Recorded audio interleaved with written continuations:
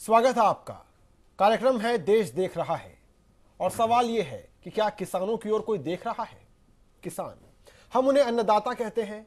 जय जवान जय किसान के नारे से उन्हें तसल्ली देते हैं, लेकिन जैसे एक जवान होने के लिए जज्बे की जरूरत है, कुछ वैसा ही किसान होने के लिए भी जरूरी है। हम बात अपने ही देश की कर रहे हैं। आम लोग कहते हैं कि बड़ी महंगाई है, खाने पीने की चीजों के दाम आसमान छू रहे हैं, लेकिन किसान को अपनी फसल से पेट भरने भर की कीमत भी नहीं मिलती। है ना अजीब स्थिति। क्या ऐसा इसलिए है क्योंकि हमारी व्यवस्था उपभोक्ताओं का ख्याल तो कम ही करती है, किसानों की तो खैर कोई सुनता ही नहीं। समझते हैं कि जो देश खुद को कृषि प्रधान कहता है, वो इसी मोर्चे पर इतना लचर क्यों है।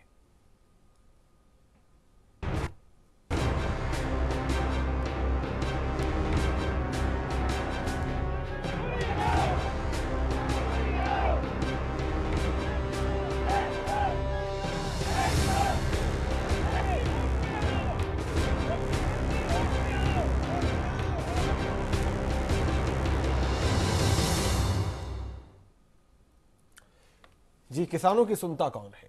किसानों का आंदोलन तेज होता जा रहा है। महाराष्ट्र से शुरू हुआ किसान आंदोलन अब मध्य प्रदेश तक पहुंच चुका है। किसान दूध, सब्जियां वगैरह सड़कों पर फेंक रहे हैं और बिक्री होने देने से रोक रहे हैं, जिससे आम जनता को भी परेशानी झेलनी पड़ रही है।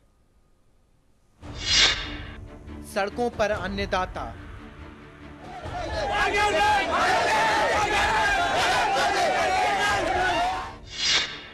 सड़कों पर फेंक रही हैं दूध, सब्जियां।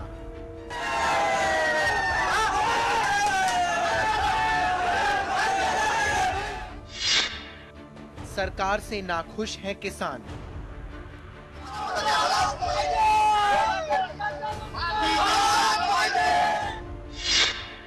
कई मांगों को लेकर सड़कों पर उतरे भूमिपुत्र।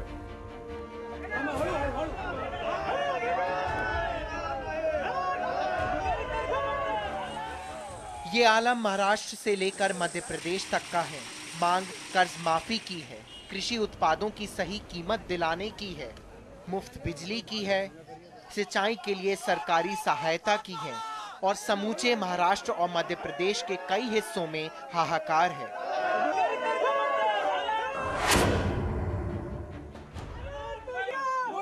ये नजारा महाराष्ट्र की सबसे बड़ी सब्जी मंडी का है।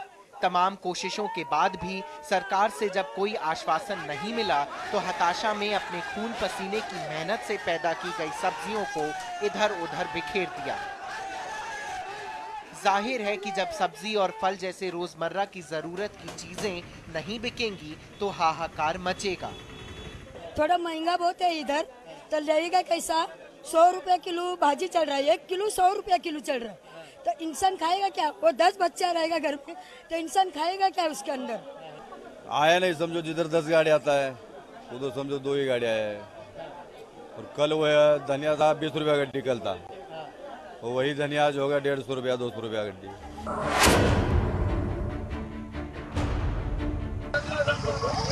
किसानों का आक्रोश पूरे सूबे में दिख रहा है। यवतमाल में भी किसान सड़कों पर उतर आए हैं। सड़कों पर सैकड़ों लीटर दूध बहा दिया, सब्जियां सड़कों पर बिखेर दी और साथ में चेतावनी भी दे दी कि सरकार ने उनकी तमाम मांगे नहीं मानी तो आंदोलन और तेज होगा।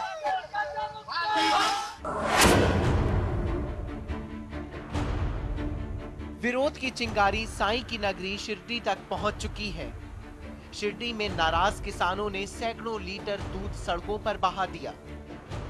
हताशा का आलम यह है कि जिस दूध की एक एक बूंद के लिए किसानों के बच्चे तरसते हैं, उसे बर्बाद करने में कोई हिचक नहीं है। शिरडी में विरोध का एक और रंग दिखा। एक किसान ने दूध बिखेरने की जगह उसे गरीब बच्चों में बांट दिया। चलो अच्छा है, विरोध भी हो गया और बच्चों की दुआएं भी मिल गई।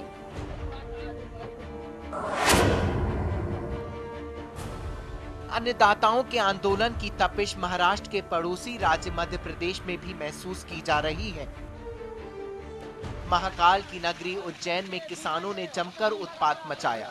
नाराज किसानों ने दूध, सब्जी, फल फूल को सड़कों पर फेंककर विरोध जताया। किसान फल, सब्जी, दूध वगैरह की बिक्री रोक रहे हैं तो पुलिस को दखल देना पड़ रहा है।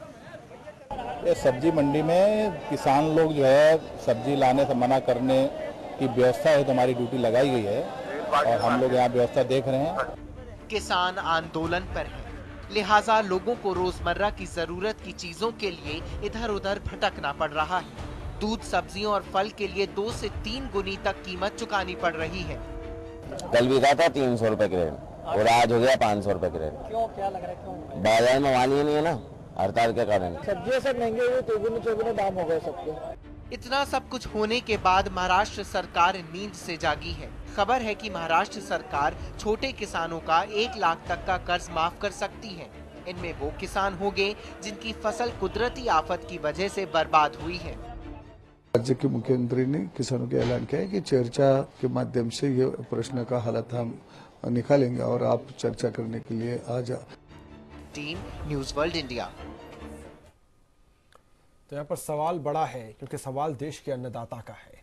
चर्चा करते हैं कि इस देश के अन्नदाता की स्थिति सुधरती क्यों नहीं है, ये गुस्सा लगातार बना क्यों रहता है और कैसे सुधरेगी ये किस्मत इनकी। हमारे साथ कई मेहमान हैं। निरंजन शेट्टी हैं, प्रवक्ता है बीजेपी से। शहजाद पूनावाला है, कांग्रेस आइडियोलॉग हैं। चौधरी पुष्पेंद्र सिंह है, अध्यक्ष किसान शक्ति संघ के। हंसराज वाडगुले हैं, नेता स्वाभिमान संगठन। और राजेश रपरिया हैं, अर्थशास्त्री हैं। सबसे पहले सवाल बीजेपी से है कि आखिर ऐसा क्यों है, किसानों की नाराजगी लगातार क्यों बनी हुई है। पहले हमने तमिलनाडु के किसानों का आंदोलन देखा, 40 दिन तक कभी उन्होंने चूहे खाए, कभी उन्होंने नंगे होकर प्रदर्शन किया, और अब महाराष्ट्र के किसान इतना नाराज हैं। आखिर किसानों के लिए क्यों नहीं कुछ हो पा रहा है? नहीं, मुझे लगता है कि इसके पृष्ठभूमि को हमको देखने की आवश्यकता है।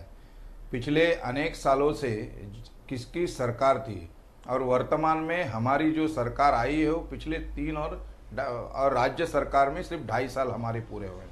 तो अगर आप पूरी पृष्ठि को देख लेंगे तो आप समझेंगे कि पिछले 60 और 65 सालों के बीच में ये जो सरकारें थी, इन्होंने जो आवश्यक चीज़ें, आवश्यक जो इस किसानों के लिए करने की ज़रूरत थी वो ये नहीं कर पाए।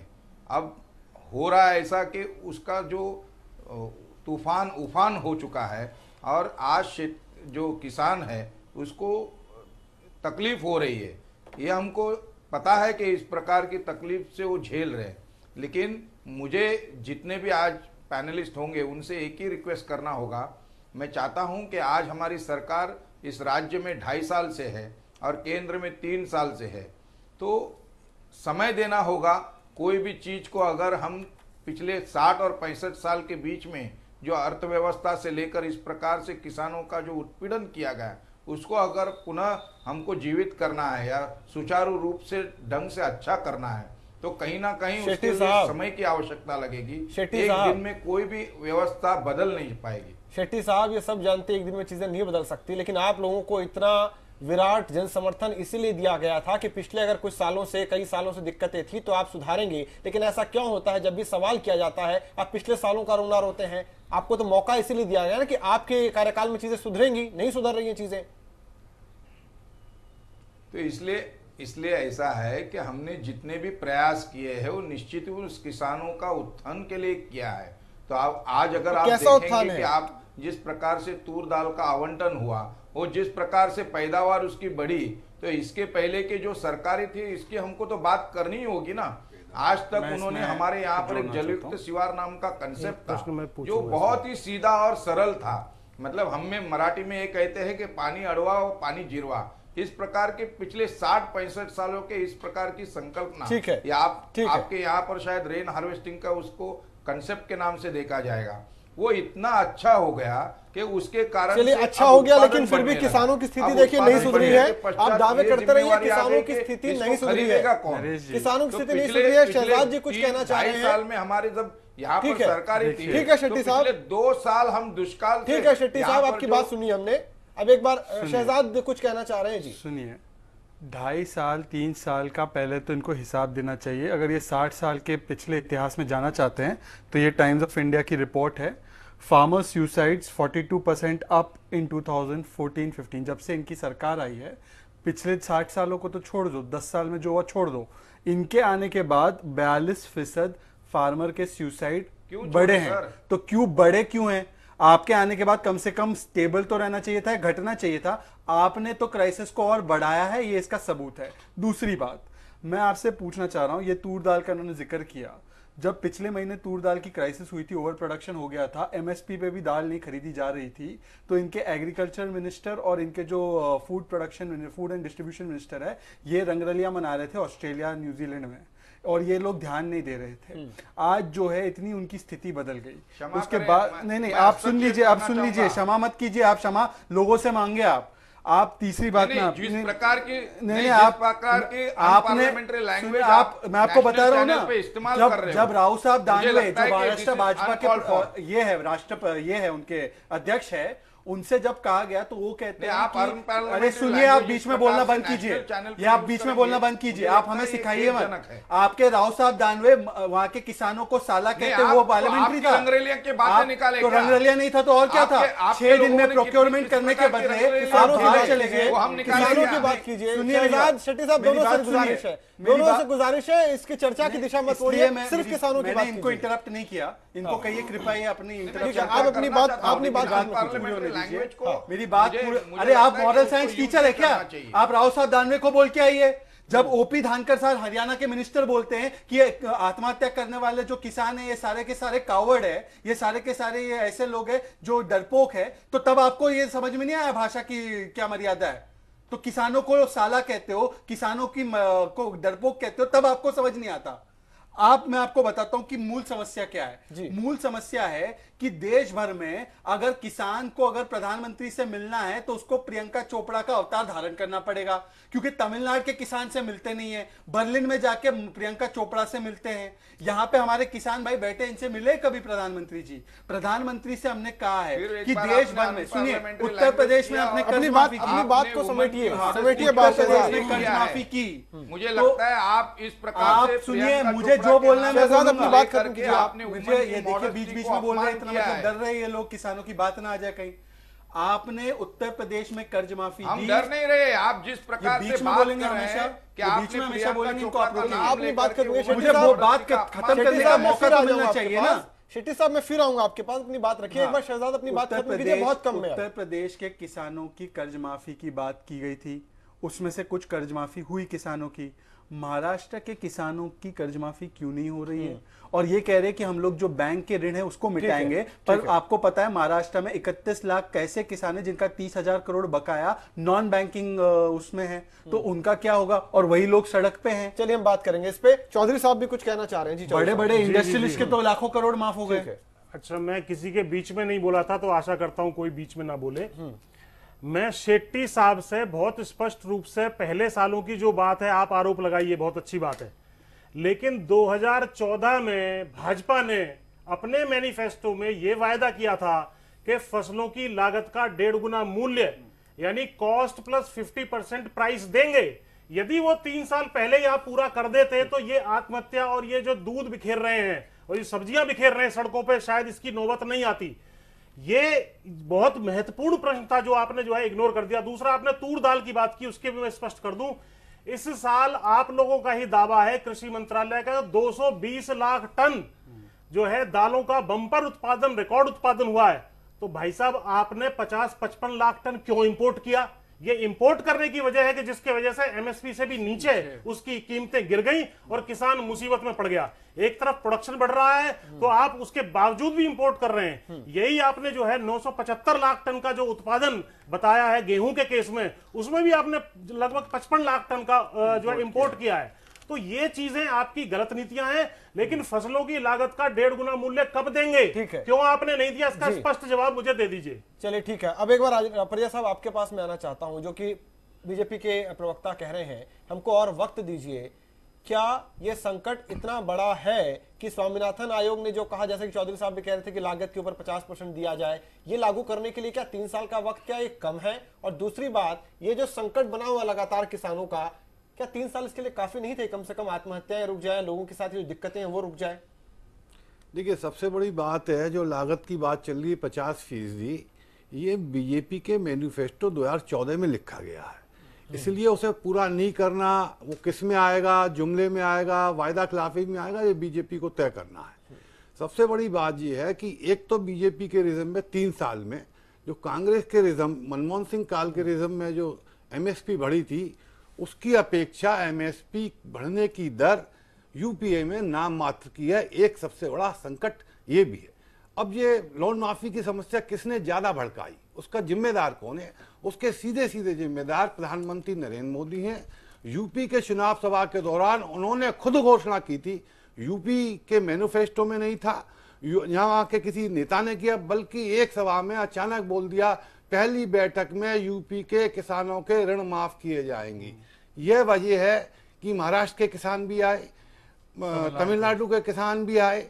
अब समस्या मोदी सरकार की यह है कि उनके सामने कोई स्पष्ट नीति नहीं है। देखिए, दूसरी बात मैं बता रहा हूं, जब 2 साल के अंदर जब से मोदी सरकार आई है, जो एनपीए होता है उसको 1.25 लाख करोड़ से ज्यादा का राइट ऑफ किया है। मतलब ये तो गवर्नमेंट ने 2 साल में किया, बीजेपी गवर्नमेंट आने के बाद। तो ये 30,000 करोड़ की मामूली रकम जो कि फडणवीस साहब बता रहे हैं कि छोटे छोटे 32 लाख किसानों की है, उसको माफ करने में अब देरी क्यों कर रहे हैं, जबकि आप प्रधानमंत्री यूपी में घोषणा कर चुके हैं। अब आप देखिए, कांग्रेस ने जो किया वो अलग कहानी है। 20 साल से तो एमपी में आपका राज है, तो उज्जैन में क्यों किसान आंदोलन कर रहे हैं? ये बातें पॉलिटिक्स की नहीं है। हम सबको मिलकर किसानों की समस्याओं पर विचार करना होगा और एक ऐसी स्थिति में लानी होगी कि बार बार कर्ज माफी की स्थिति नहीं आए। चलिए, बहुत अच्छी बात है। बार बार कर्ज माफी की स्थिति आती क्यों है? आखिर क्या बात है कि इस देश के भाग्य विधाता की स्थिति सुधरती ही नहीं है? बार बार उसे याचना करनी पड़ती है कि हमारा कर्ज माफ हो जाए। क्यों नहीं उनको ऐसी कीमत मिलती कि ये नौबत ही ना आए? हमारे साथ हंसराज जी भी हैं। हंसराज जी, आप क्या कुछ ऐड करना चाहेंगे? यहाँ पे कई जो सजेशंस यहाँ पर परिया साहब दे रहे थे और जो मुख्य मुद्दा उन्होंने बताया कि आखिर बार बार कर्ज माफी की जरूरत ही क्यों पड़ती है? नहीं, बार बार इसी मुद्दे को मैं पूछना चाहता हूं कि बार बार कब की है, जबकि एक बार सिर्फ मनमोहन सिंह साहब ने की थी और एक दफा सिर्फ विश्वनाथ प्रताप सिंह सरकार में 10,000 रुपए का कर्जा माफ हुआ था। उसके बाद में सिर्फ अंतुले साहब महाराष्ट्र में थे, तब सोसाइटी का कर्जा कुछ अंश तक माफ हुआ था। उसके अलावा कभी भी किसानों का कर्जा माफ नहीं किया गया। और जब तक आपके धोरण, आपकी पॉलिसीज गलत होते रहेंगे, जबकि मैं एक बात ही आपको बताना चाहता हूं कि पिछले साल तूर दाल का जो भाव था प्रति क्विंटल का, वो 11,000 रुपया प्रति क्विंटल था। प्याज का भाव 2,000 रुपया से ऊपर था। सोयाबीन का भाव भी ज्यादा ही था। आप सिर्फ ये 3 क्रॉप्स का अगर टोटल निकालेंगे तो 11 लाख करोड़ तक, मतलब ये 11 लाख करोड़ तक किसान का घाटा हुआ है, उसका नुकसान हुआ है। हम कर्ज का मुक्ति मांग रहे हैं, इसका मतलब हम कोई रहम नहीं मांग रहे, कोई डोनेशन नहीं मांग रहे सरकार से। हम मांग रहे हैं कि ये जो नुकसान आपकी गलत नीतियों की वजह से हुआ है उसे आप हमें वसूल कर दीजिए, क्योंकि किसान उसकी वजह से आज पूरी जीने का भी अपना आधार खो चुका है और किसान आत्महत्याएं कर रहा है, सुसाइड कर रहा है। जबकि आप बुलेट ट्रेन की बात कर रहे हैं, जबकि आप समृद्धि हाईवे की बात कर रहे हैं, एक बाजू में किसान की बच्चियां, किसान की लड़कियां सिर्फ पास, एसटी का बस का पास 500-700 रुपया नहीं होने की वजह से अपना जीवन खत्म कर रहे हैं, अपने गले में फांस डाल रहे हैं। यह सरकार कब समझेगी? अब सरकार अपने कमिटमेंट से भी मुकर रही है। मैं आपको यह याद दिलाना चाहता हूं कि खासदार राजू शेट्टी साहब ने एनडीए में जब दाखिल हुए थे, स्वाभिमानी शेतकरी संगठन, तब सिर्फ ये कंडीशन पे दाखिल हुए थे कि स्वामीनाथन आयोग जो है, जबकि लागत मूल्य को 1.5 गुना हमें फसल पे दिया जाएगा, ये कंडीशन उन्होंने माना था, उनके मैनिफेस्टो में था। नरेंद्र मोदी साहब ने जाहिर सभाओं में इसका ऐलान किया है। और अब 2-3 दिन पहले ही उनके मुख्य प्रवक्ता माधव भंडारी साहब, मैं चर्चा में था उनके साथ में, स्पष्ट रूप से कह दिया कि हमने ऐसा कोई आश्वासन देश को नहीं दिया है, स्वामीनाथन आयोग हम लागू नहीं कर सकते। मतलब इनके जो नेता बोल रहे हैं, पूछ लेते हैं हंसराज जी, पूछ लेते हैं। शेट्टी साहब सत्ता में जाने के बाद इनकी भाषा बदल चुकी है। शेट्टी साहब, वंस फॉर ऑल इस देश के किसानों को, इस देश के लोगों को आप ये स्टेटमेंट दीजिए, स्वामीनाथन आयोग पर आपकी पार्टी की लाइन क्या है? होगा कि नहीं होगा? कब तक होगा? बहुत संक्षिप्त में। मैं आपके माध्यम से इस देश को, जनता को बता देना चाहता हूं कि भारतीय जनता पार्टी जब इस जिम्मेदारी को बखूबी समझती है और हम किसानों के साथ है। जैसे मैंने स्वयं पहले आपको कुछ बातें बताई, अगर आप इस बात को नजरअंदाज करके चलेंगे कि पिछले 60 और 65 साल के बीच में नहीं शेट्टी साहब, देखिए गोल गोल बातें नहीं हुआ, गोल गोल बातें नहीं, टू द पॉइंट मुझे ये बताइए, स्वामीनाथन आयोग होगा नहीं होगा, कब तक साल के बीच में ऐसी कुछ आप अपेक्षा करेंगे कि जो बातें मैं कह रहा हूं ना, मैं कह रहा हूं कि मेरी भारतीय जनता पार्टी और मेरी सरकार एक उत्तरदायित्व है उस किसान को बचाने के लिए और किसान को जो यहाँ स्वामीनाथन आयोग होगा नहीं होगा, इसको जिस प्रकार स्वामीनाथन आयोग की सिफारिशें कब तक लागू होंगी, कोशिश करेंगे। लेकिन जिस प्रकार की योजनाएं मुझे कंप्लीट करने दीजिए, जिस प्रकार से योजना हमने की, अगर हम जल युक्त शिवार की बात करेंगे तो जिस प्रकार से लागत उसके पश्चात बढ़ी, या जिस प्रकार से देवेंद्र फडणवीस जी ने इस प्रकार का एक नई स्कीम चालू करो, वक्त देते उनको कंप्लीट करने। अकाल गिरा तो अकाल के एवज में कितने ने 2.5 साल के बीच में 1.5 साल हम लोग तो अकाल से जूझते रहे। उस अकाल से जूझने के पश्चात जब हम इन्होंने कहा कि हमने उस एमएसपी को नहीं दे पाए, लेकिन इस कारण ये हमारी नीति नहीं है। पिछले 60-65 सालों में जिस प्रकार से आप बता रहे हो कि स्वामीनाथन आयोग में जिस प्रकार से लिखे गए जो वायदे, और ये स्वामीनाथन आयोग बना 2006 में, और 2006 से लेकर 2014 में सर खत्म कीजिए बात। कांग्रेस के लोग और अन्य लोग पिछले 2 साल का हिसाब हमसे मांग रहे हैं। मुझे लगता है 2006 से लेकर 2014 तक स्वामीनाथन आयोग क्यों नहीं इंप्लीमेंट किया गया, उसका सवाल भी तो इनसे पूछा जाए ना। एक सेकंड शेट्टी साहब, आपने बोल लिया, सवाल था वो अभी उसका जवाब मिला नहीं है। आपके मैनिफेस्टो में था, उसको आप लागू करेंगे नहीं करेंगे, कब तक करेंगे, एक लाइन में अगर बता सके तो। इतनी लंबी बात आपने कही, सवाल का जवाब आपने स्किप कर दिया। मैं सिर्फ यही कहना चाहता हूं कि किसान के हित में जो भी होगा हम कर रहे हैं। स्वामीनाथन आयोग होगा कि नहीं होगा, स्वामीनाथन आयोग आप लागू करेंगे कि नहीं करेंगे? मैं यही कह रहा हूं, किसान के हित में जो भी होगा, मतलब जो इस प्रकार से 30,000 लोगों का 30 लाख किसान के लोगों के बारे में इन्होंने बातें कही, इस प्रकार के इनकी गलत नीतियों के कारण आज इस प्रकार से देश का किसान रो रहा है। ये सवाल है, आज आपने उनसे मेन मुद्दा था, इसके गलत नीतियों के पश्चात आज किसान बेहाल है। और आज अगर आज आप कह रहे हैं कि आप लागू करेंगे, हेराफेरी की बातें कर रहे हैं, तो कांग्रेस और राष्ट्रवादी है, राष्ट्रवादी के जो अध्यक्ष है शरद पवार जी, वो इस किसान के मंत्री थे, उनको ज्यादा जिम्मेदारी होनी चाहिए। राजेश जी का सवाल। अभी आपने आधा मिनट पहले खुद ही बोला कि कांग्रेस ने रिपोर्ट को लागू नहीं किया, 50% लागत से दिया जाएगा। कांग्रेस तो गई, उसको संसद ने सजा दे दी। आप तो वायदा करके आए थे, कांग्रेस का वायदा नहीं था, आप तो वायदा गा गा कर ढोल पीट कर आए थे। तो फिर आपको परेशानी क्या है इसमें? जी बोलिए शेट्टी साहब। नहीं, ऐसा है कि हमने जब आप ही कह रहे हैं कांग्रेस ने नहीं किया तो आप कर दो। प्रमुख लक्ष्य होगा वो किसान ही होगा, और कोशिश हम वही कर रहे हैं। इतने सालों में जो चीज कांग्रेस या राष्ट्रवादी नहीं कर पाई, आज मुख्य मुद्दा क्या है किसानों के सामने? जिस प्रकार के उनका क्रॉप पैटर्न है, किस प्रकार से उनको औजारे नहीं मिल रहे, किस प्रकार के उनको वहां पर हमारे इसमें कहते हैं कि वेल्स वहां पर अवेलेबल नहीं है। तो ये सब जो आवश्यक है मूल चीजें हैं, इस प्रकार की चीजें उनको लेकर देना। तो वेल्स अवेलेबल हमारी सरकार है नहीं, और जो कुएं हैं उसमें वो डूबकर मर रहे हैं। 48% सुसाइड बढ़ गया, 48% सुसाइड बढ़ गया। घर पर उनके जाके इस प्रकार के औजार दे रहे हैं ताकि हम सिर्फ कर्ज माफी न करे, बल्कि हम उसको इतना बलवान बने कि वो कर्ज माफी न मांगे। अगर आप मुझे इस प्रकार की जब भावना हम उनको लेक्चर सबल बनाना चाहते हैं। इन्होंने भाषण सुनने के हम मन की बात तो हर संडे आता है, ये मन की बात सुननी है तो हम संडे को सुन लेते हैं। आप तथ्य की बात करें थोड़ी, नरेश जी। हाँ बोलिए। सुनिए, वो तो हमेशा सुनते हैं हम। हाँ सुनिए, किसान की बात कब सुनोगे? अब सुनिए, अब बीच में बोलते गरीबी हटाओ का भी नारा सुना, भाजपा के लोग सुन भी ले, मन की बात के बदले जन की बात भी सुने। हमने हर वर्ष यहाँ पे एक्सपर्ट बैठे हैं, विद्वान बैठे हैं और शेतकरी संगठन के लोग बैठे हैं। हर वर्ष यूपीए की सरकार में 10, 12, 15% तक एमएसपी कुछ चीजों के लिए बढ़ा। हमने ये वादा किया नहीं था स्वामीनाथन का, पर फिर भी हमने एमएसपी जितनी बढ़ाई पैडी की, यहाँ पे लोग गवाह है इसके। आज वो 2% और 1%, कहीं पे तो एमएसपी बढ़ भी नहीं रही है कहीं। 2006 अरे रुकिए ना यार, आप हमेशा बीच में बोल देते हो। आप रुकिए तो 1 मिनट, क्या आप ही जानकार हो सारी चीजों के? आराम से आप बीच में मत बोलिए, आप आराम से आप सुनिए जरा। उसके अलावा हमने कर्ज माफी भी करके दिखाई।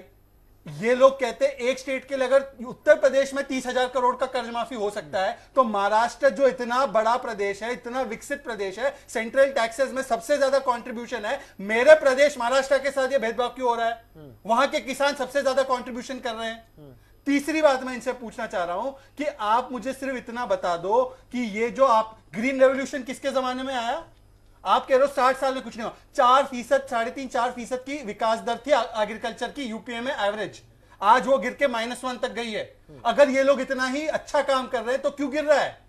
और ये किसान बीमा योजना, अरे किसान बीमा योजना तो तब लागू होगी जब किसान की फसल नष्ट होगी। आपने किसानी को बढ़ाने के लिए, उसकी विकास दर बढ़ाने के लिए, उसकी जो बाकी की जरूरतें हैं उसको पूरा करने, ग्रीन रेवोल्यूशन लेकर आइए ना। आप सिर्फ बातें कर रहे हैं, आप सिर्फ बातें कर रहे हैं। ठीक है।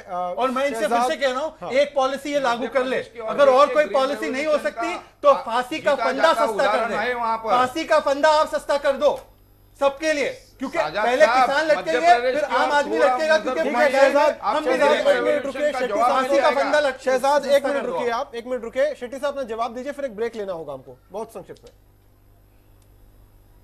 में। मैं ये कह रहा हूं कि अगर साजाद साहब थोड़ा नजर घुमाते हैं मध्य प्रदेश की ओर, ग्रीन रेवोल्यूशन क्या होता है शिवराज जी के शासन में, वो अपने आप उसका उत्तर मिल जाएगा। इसलिए किसान वहां पे रो रहे हैं और सड़क पे आ चुके हैं। क्या बात कर रहे हैं आप? कौन सी दुनिया में? चलिए ठीक है, एक छोटा सा ब्रेक लेना होगा। सारे मेहमान हमारे साथ बने हुए। एक बड़ा सवाल भी बना हुआ है, ये देश सुपर पावर बनना चाहता है, लेकिन जब देश के अन्नदाता भूखे हो, नंगे हो, उनको प्रदर्शन करने के लिए बार बार सड़क पर आना होगा, तो फिर हम कैसे सुपर पावर बनेंगे? एक ब्रेक के बाद फिर लौटते हैं।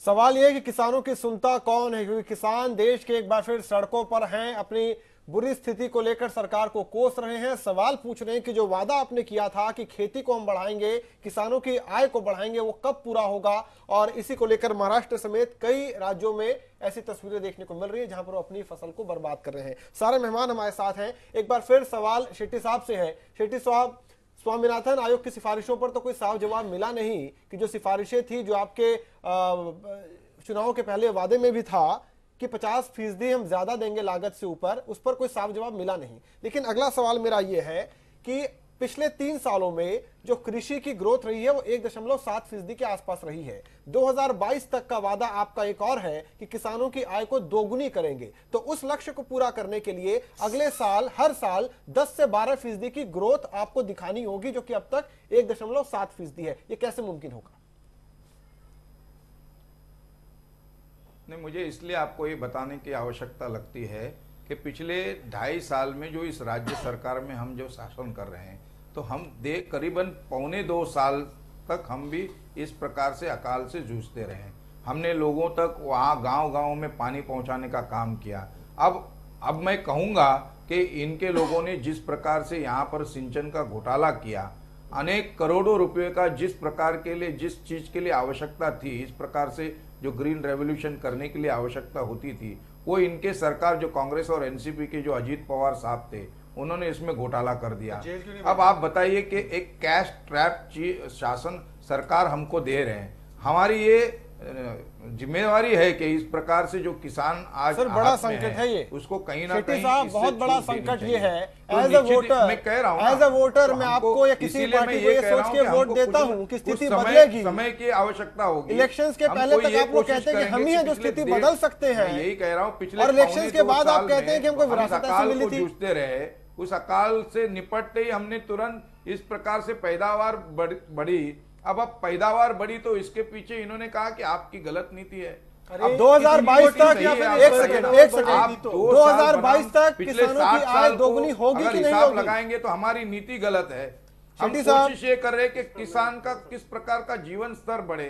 हम ये कोशिश कर रहे हैं कि आपने ये कहा कि स्वामीनाथन के बारे में कहा, हमारे निश्चित ही हमारे इसमें लिखा हुआ था मैनिफेस्टो में, लेकिन उस स्वामीनाथन की बात नहीं थी। हमने किसान को 1.5 गुना देने की बात, वही बात है ना, सिफारिशें वही है ना, चाहे इधर से हम ये नहीं कह रहे कि हम देंगे ही नहीं, हमारी कोशिश निश्चित उस अच्छा सिर्फ कोशिश करेंगे नहीं। चलिए मेरी बात आपका जवाब नहीं मिला। किसानों की आय 2022 तक दोगुनी होगी कि नहीं होगी?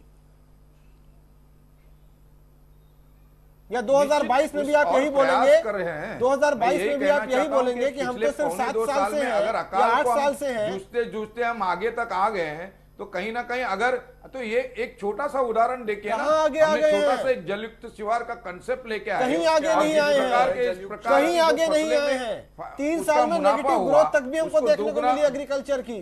नहीं तो ये सिद्ध हो रहा है ना। तो कहीं ना कहीं आप पिछले 2022 चौधरी साहब कुछ अगर हम आज बात करेंगे तो कितना योग्य होगा। शेट्टी साहब 1 मिनट रुकिए। शेट्टी साहब सुन लीजिए, पहले जब इन्होंने वायदा किया था कि 1.5 गुना कीमत देंगे, वो तो हुआ नहीं।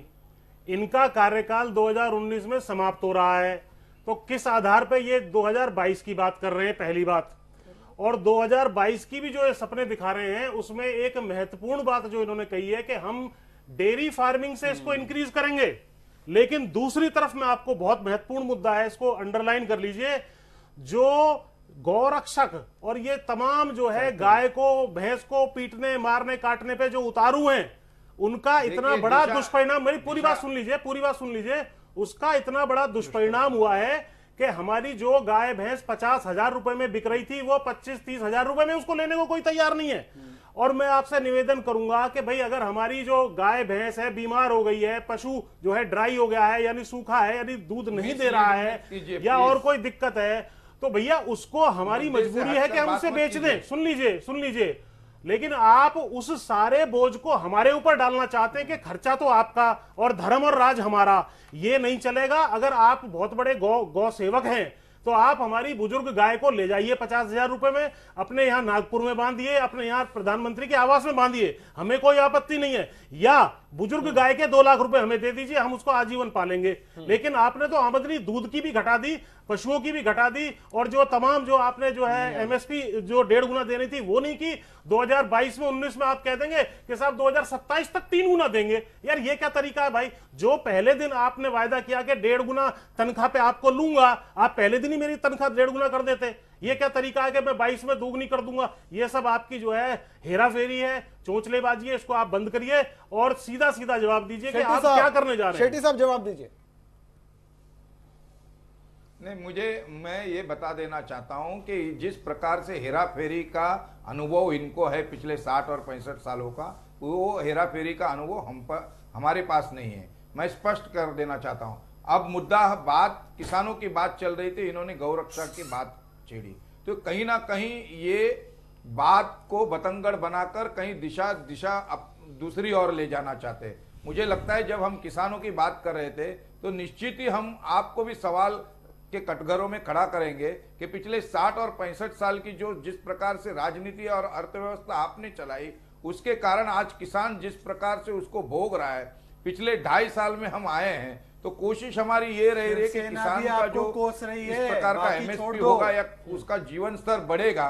मुझे बोलने दीजिए, जिस प्रकार से आज आप जिस प्रकार से उसको ग्रेन ने मुझे हाँ बोलिए शेट्टी साहब, अपनी बात बता रहा हूं ना आपको, जहां पर किसानों को आज तक नहीं, सुनिए तो सही, आज तक उनके फसलें रखने की व्यवस्था तक नहीं रखी, वो सब जिम्मेवारी हम कर रहे हैं। हम जहां गांव होगा वहां पर उस प्रकार की एक योजना की कल्पना हम बना रहे हैं ताकि किसानों को अपने मार्केट तक आने की आवश्यकता नहीं होगी, ताकि वहां पर वो जो भी फसल उगाएगा उसको वहीं पर स्टोरेज का एक कंसेप्ट नया लेके आ रहा है। तो उस चीज को बनाने में और सब चीज प्रकार को करने में थोड़ा बहुत समय लगेगा, तो वो समय अगर किसान हमको देते हैं, चलिए हम किसानों के साथ लेते हैं। हंसराज जी, आने वाले दिनों में जब भी आप देखेंगे, ठीक है आज, लेकिन हाँ मैं ये बात बता देना चाहता हूँ कि आज किसानों के आड़ में कांग्रेस और राष्ट्रवादी धोखाधड़ी कर रहे हैं, उनको आड़ में रख मैं कहना चाहता हूं, सीधा जीत नहीं सकते।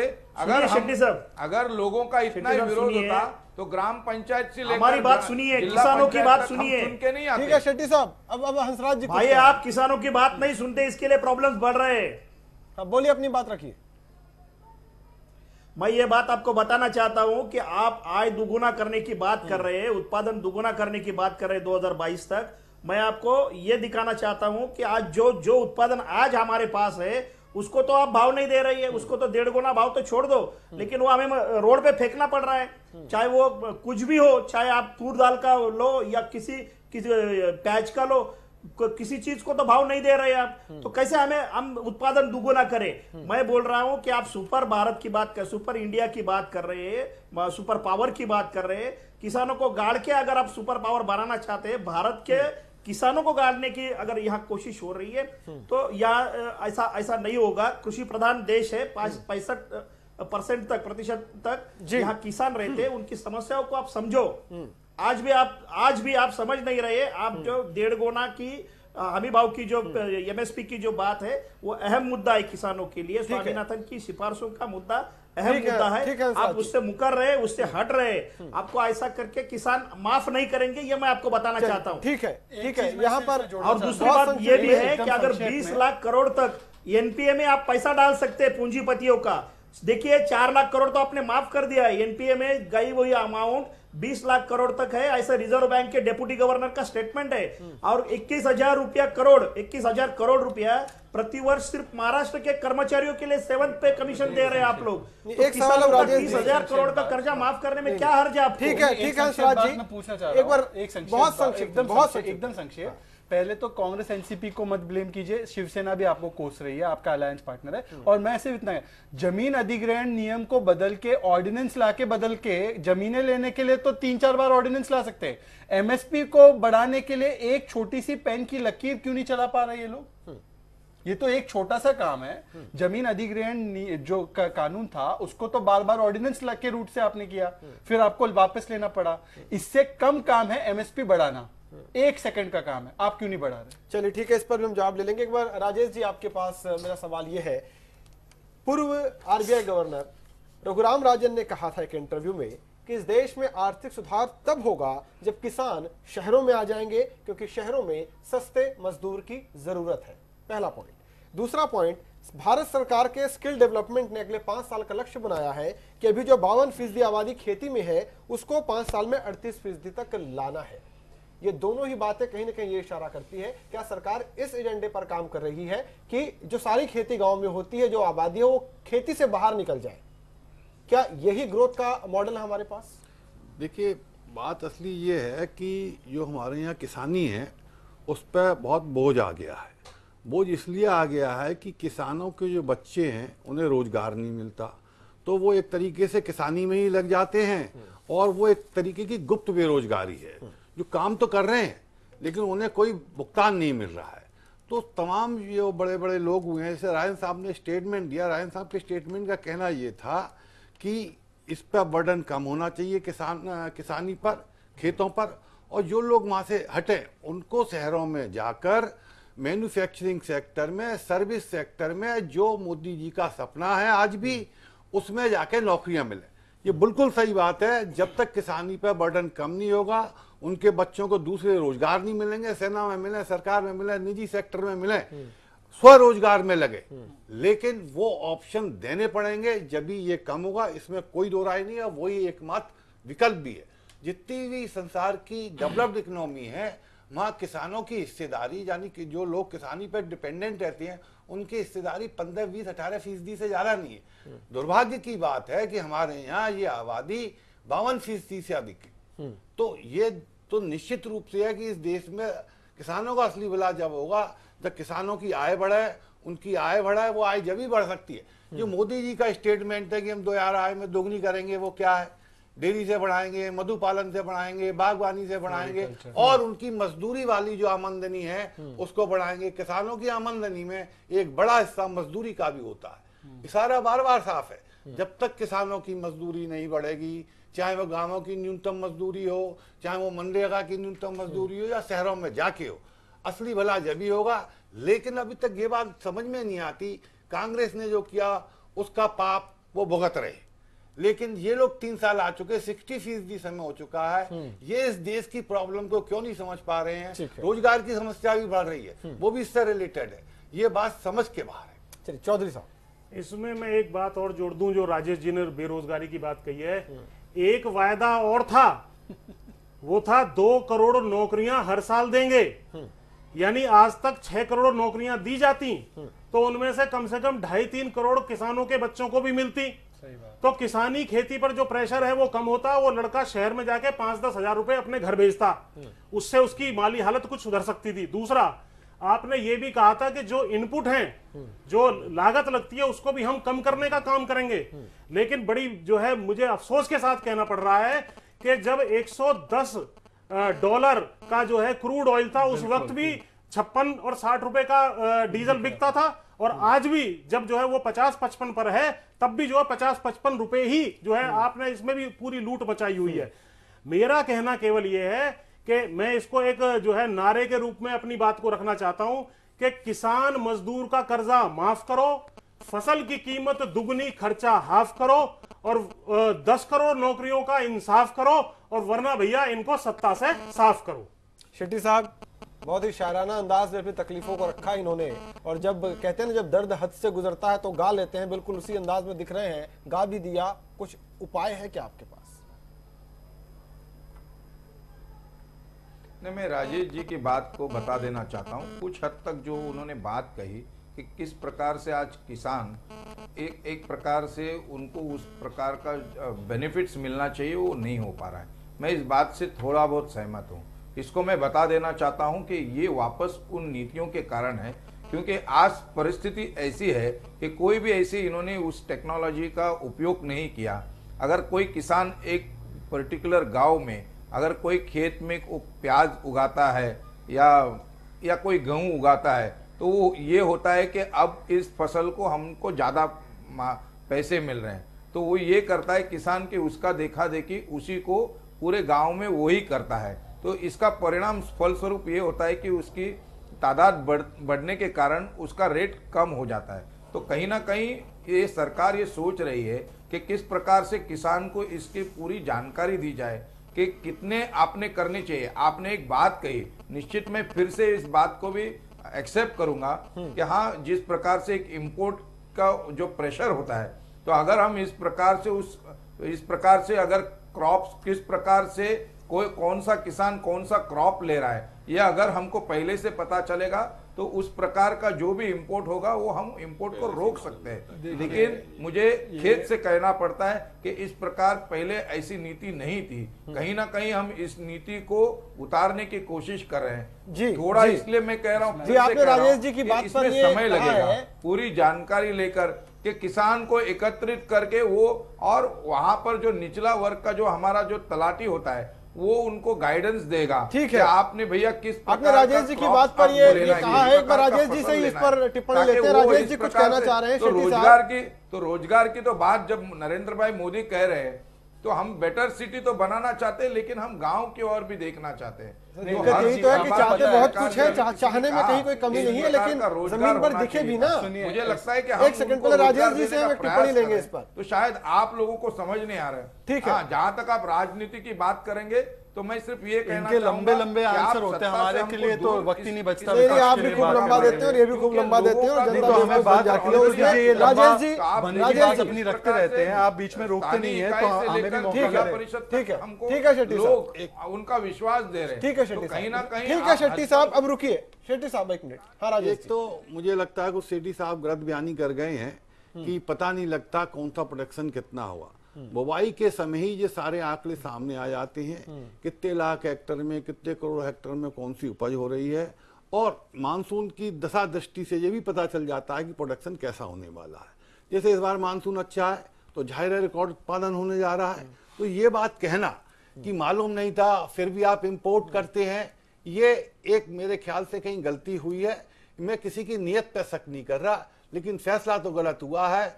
चाहे वो आप गेहूं को देख लीजिए, आपके यहाँ गेहूं सड़ रहा है, आप बांट नहीं सकते, लेकिन आप इंपोर्ट कर रहे हैं। ऐसी दालों के संगे जब दालें देश में ज्यादा हो रही है, धान की कीमत मैंने सुना कुछ बढ़ी, लोगों की धान में आमदनी काफी बढ़ी, ऐसा हुआ क्या राजेश जी? देखिए, सब मिला के धान की कीमतें इस बार वो नहीं है जो पहले थी मार्केट के अंदर, क्योंकि मार्केट में यदि एमएसपी से ऊपर आपको अधिक दाम मिल जाते हैं तो मैं उसे पर्याप्त मानता हूं और किसान भी खुश रहता है।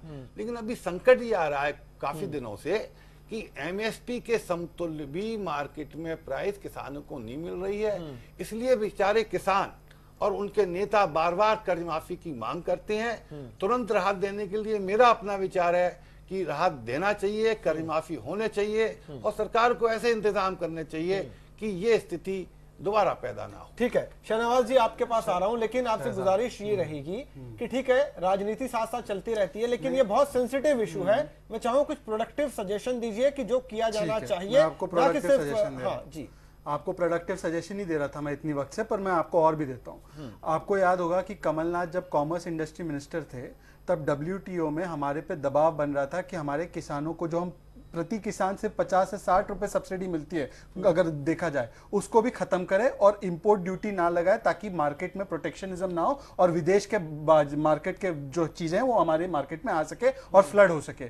कमलनाथ ने वहां पे जाके कहा कि बिल्कुल नहीं होगा, आप अपने अमीर किसानों को लाख लाख पाउंड सब्सिडी देते हो, वहां पे सबसे अमीर लोग किसानी करते हैं यूरोप में, और हमसे आप कहते हो कि सब्सिडी ना दो, हम नहीं करेंगे, बिल्कुल नहीं करेंगे, और हम लोग प्रोटेक्शनिज्म रखेंगे, इंपोर्ट ड्यूटी रखेंगे ताकि इंपोर्ट महंगे हो, हमारे किसानों का माल बिके। आज हमारे सभी इंपोर्ट ड्यूटीज को खत्म क्यों किया गया जबकि पैदावार बढ़ रही थी? मैं आपको इसमें बताना चाहता हूं, ये आदि मीडिया जो है वो मोदी और योगी में लगी हुई है। आप दाल में कितना बड़ा स्कैम हुआ और किस बिजनेसमैन को इंपोर्ट ड्यूटी ना होने की वजह से और इंपोर्ट करवाने की वजह से फायदा हुआ है, उसमें भी तो जरा जाग के देखिए।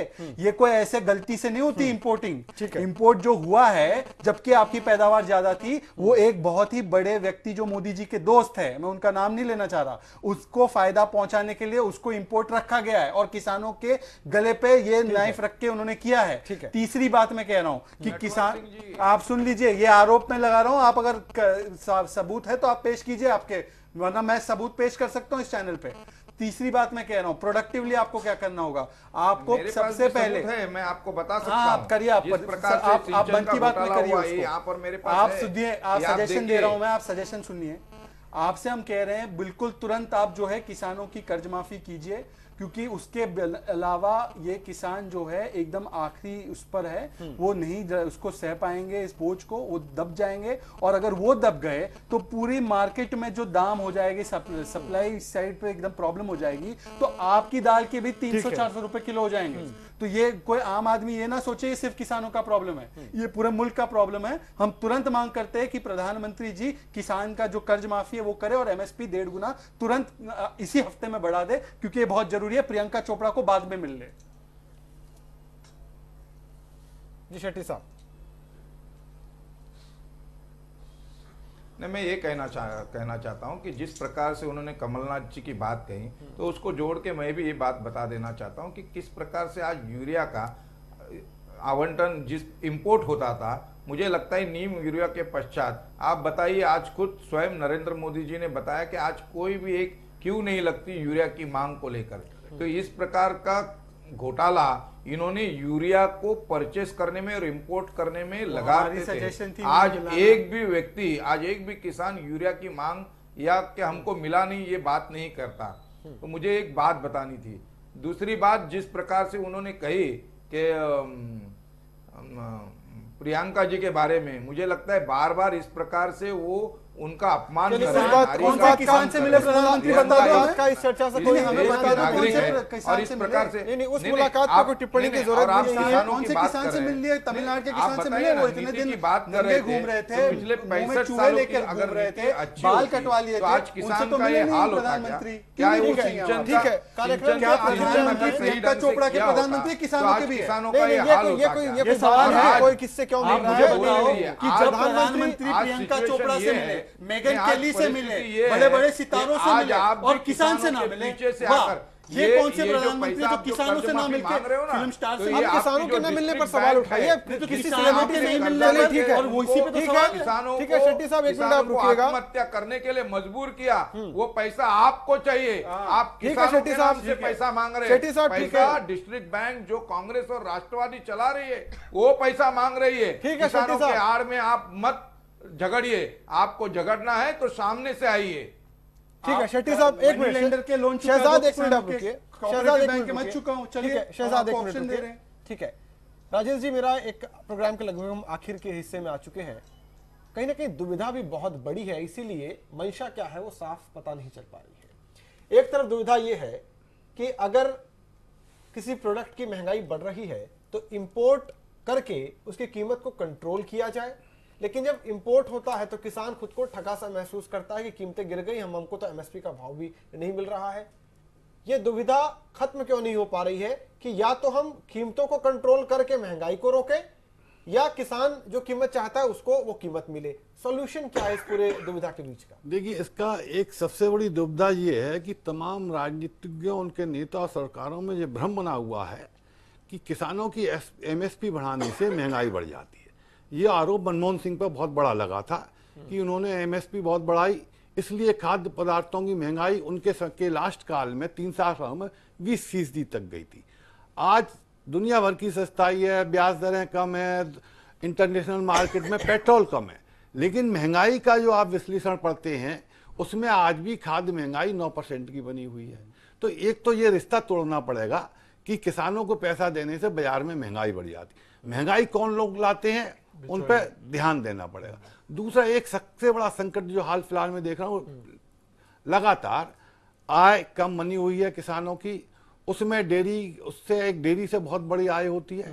देश में इस समय जो कुछ हो रहा है उससे एक तो दूध की कीमत नहीं मिल रही है, आने वाले समय में दूध की किल्लत हो सकती है, और ये एक नया डायमेंशन है जो किसानों की आय को कम कर देगा। सरकार को बहुत संजीदा ढंग से गाय की रक्षा भी करना चाहिए, और इसमें जो दिक्कतें पेश आ रही है तमाम किसान कह रहे हैं उस पर जरूर ध्यान देनी, दिक्कतें और बढ़ने वाली है। चलिए, बहुत बहुत शुक्रिया राजेश जी आपका, शेट्टी साहब, हंसराज जी और शहजाद आपका भी बहुत बहुत शुक्रिया इस चर्चा में शामिल होने के लिए। तो आखिरकार कुछ सवाल अधूरे से रह गए। किसानों का भला होगा कि नहीं होगा, या हमेशा सरकारें यही कहती रहेंगी कि पिछली सरकार का किया धरा है जो कि आज जिसकी फसल किसानों को काटनी पड़ रही है। उम्मीद करेंगे कि कम से कम केंद्र की सरकार जो कि लगातार ये दावे कर रही है कि बहुत खेती के लिए किया गया, किसानों के लिए किया गया, 2022 तक आय दोगुनी करने का भी लक्ष्य है, लेकिन अब जमीन पर कुछ काम किया जाए। बहुत वक्त बीत चुका, बातें बहुत हुई। नमस्कार।